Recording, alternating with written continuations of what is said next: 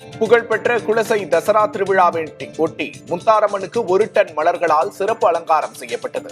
தசரா திருவிழாவின் சிகர நிகழ்ச்சியான முத்தாரம்மன் சூரனை வதம் செய்யும் நிகழ்வு கடற்கரையில் நடைபெற்றது. இதனையொட்டி முத்தாரம்மன் கடற்கரைக்கு சென்று சூரனை வதம் செய்யும் சப்பரத்திற்கு அம்மனுக்கும் 1 டன் எடையுள்ள 21 வகையான மலர்களால் சிறப்பு அலங்காரம் செய்யப்பட்டது. புவிசார் குறியீடு பெற்ற தோவாளை மாணிக்க மாலையும் முத்தாரம்மனுக்கு அணிவிக்கப்பட்டது.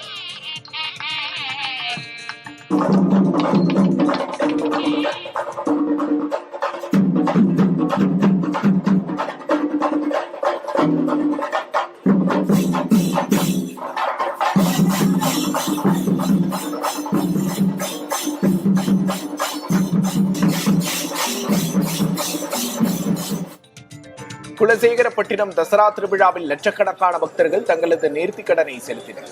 தமிழகத்தின் பல்வேறு பகுதிகளில் இருந்து காப்பு கட்டி விரதமருந்த பக்தர்கள் காளி, அம்மன், அனுமன், கிருஷ்ணர், ராமர், குரங்கு, கரடி, சிங்கம், போலீஸ் என பல்வேறு வேடங்களை இணைந்து கடந்த 10 நாட்களாக ஊராக சென்று பொதுமக்களிடம் பிரித்த காணிக்கையை கோவில் உண்டியலில் போட்டு முத்தாரம்மனை வழிபட்டனர்.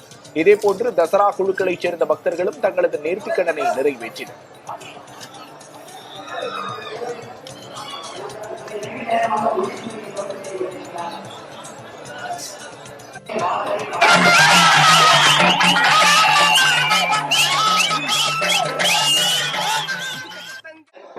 நான் ஒரு 36 வருஷம் கிட்ட வந்துட்டு இருக்கேன்.